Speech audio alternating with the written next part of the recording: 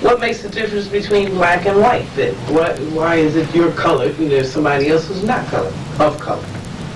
Well, again, we could easily explain that position. Carbon is the determining factor for your color. The concentration of carbon determines the color black. The higher the concentration of carbon, the greater the color black would express. Oh, I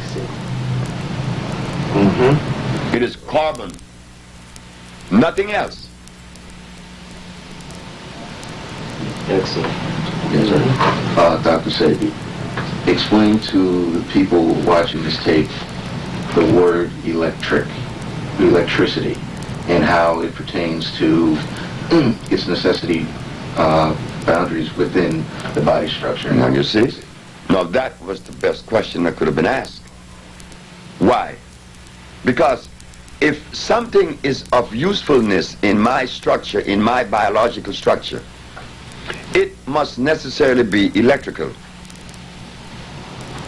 And the only substance that is electrical, that are electrical, are those substances that come from the forest we call the jungle. Because the molecular structure is complete, it's not broken. If something is made by Mother Nature, one could easily use the common sense and see where this stuff is natural, is complete. But if something is made in the laboratory, well, naturally, common sense again shows us it could not be of usefulness. Each mineral on the planet, iron has 12,000 electrons per atom. Calcium has 9,000.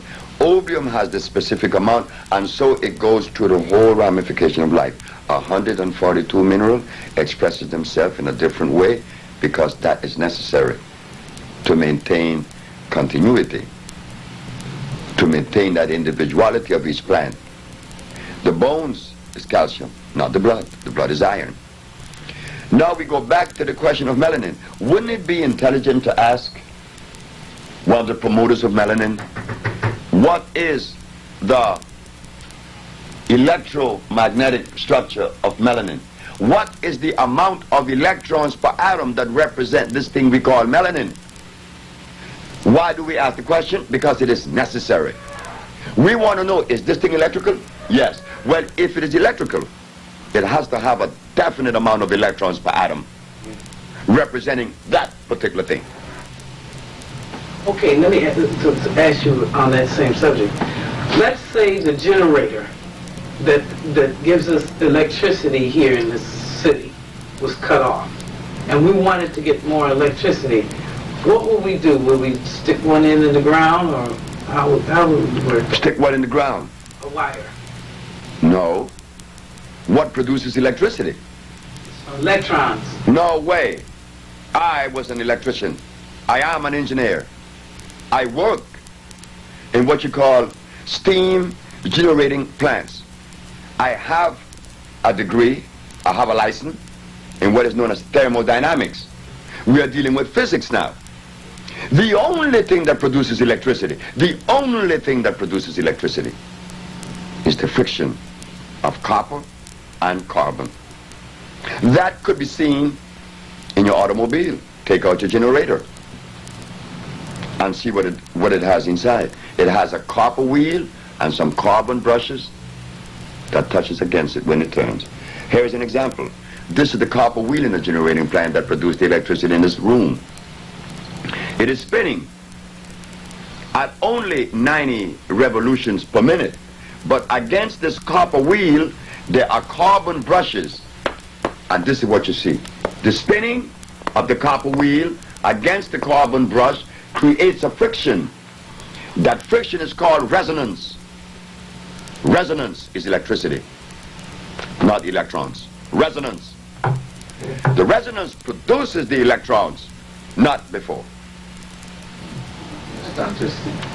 So now, if electricity is produced by copper and carbon, the friction of copper and carbon, then where do we go in the human body and find the organ that produces electricity? we find that it's the brain. The brain is the center of motor. The nervous system is the conduit that carries the electricity to various points of the body to cause motion. Now, should we ask, what is the composition of the brain? No. It is made up of what? Carbon and copper. The pineal gland is carbon, and the cerebral cortex, copper. Does everyone? We not only find that in a human being, we find that in the eel in Brazil that produces electricity to kill his prey. And when you open the eel, all you find is copper and carbon. No melanin. Well, does everybody have a pineal gland? I was told the other day that everybody doesn't have one. Is that true or not? If you had no pineal gland, you would not be alive. You would be no motion. It's impossible. Every race has pineal glands. Not every race has thymus glands. Oh, that's different. Oh yeah, well tell us about those. The thymus glands. The thymus gland regulates sex. It also maintains energy. The thymus gland also keep you childlike, non-aggressive. But in some races, the thymus gland disappears at age 8. Then one becomes violent in one movement. But now, if the thymus gland disappears in some races at age 8, principally the Caucasian, what helps one to retain the thymus gland within the biology? The presence of what? Carbon. Thank you.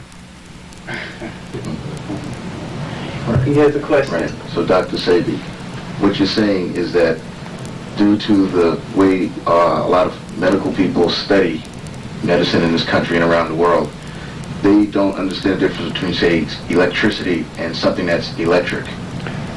Well, if we are talking about understanding, what do they understand?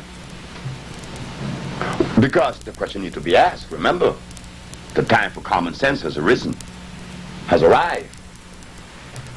What do they understand? Don't be afraid. We need to ask these questions. What do they understand? No cure for common cold, no cure for diabetes, no cure for cancer, leukemia, sickle cell anemia, AIDS, blindness, diabetes, and no other disease. Well, if the physician clearly shows us that there is no cure for any disease, what do they understand? So we have to throw that understanding of whatever that premise is out the window. Everything that have ever come from the Caucasian, no, from the physician, has to be thrown in the trash because it's of no consequence. What have they done as far as usefulness in reference to pathology? What have they done? What have they reversed? Nothing. So why should a word be authority? No, we can't use them as some level of thinking, development, or seeing. No, we can't do that because they don't have that. They showed us. How old is the medicine that they are practicing today? It is 265 years old. It started with Bombastus von Hohenheim, only because he was prejudiced when he found out that Hippocrates went to Africa to learn his craft. And the fact of the matter is that Mr. Hippocrates, 2,000 years ago, used herbs to cure every disease known to man. If Mr. Hippocrates used herbs to cure every disease known to man, then 2,000 years later, why aren't we doing so? Because the healer has been educated and the substance he used is artificial. And he is totally unaware of that. Why? Because he learned his craft from an armchair position. They call it armchair research, not field research. And that is very, very vitally important to know the earth from a field perspective, from a field position. Why? Because in the year of 1983, I said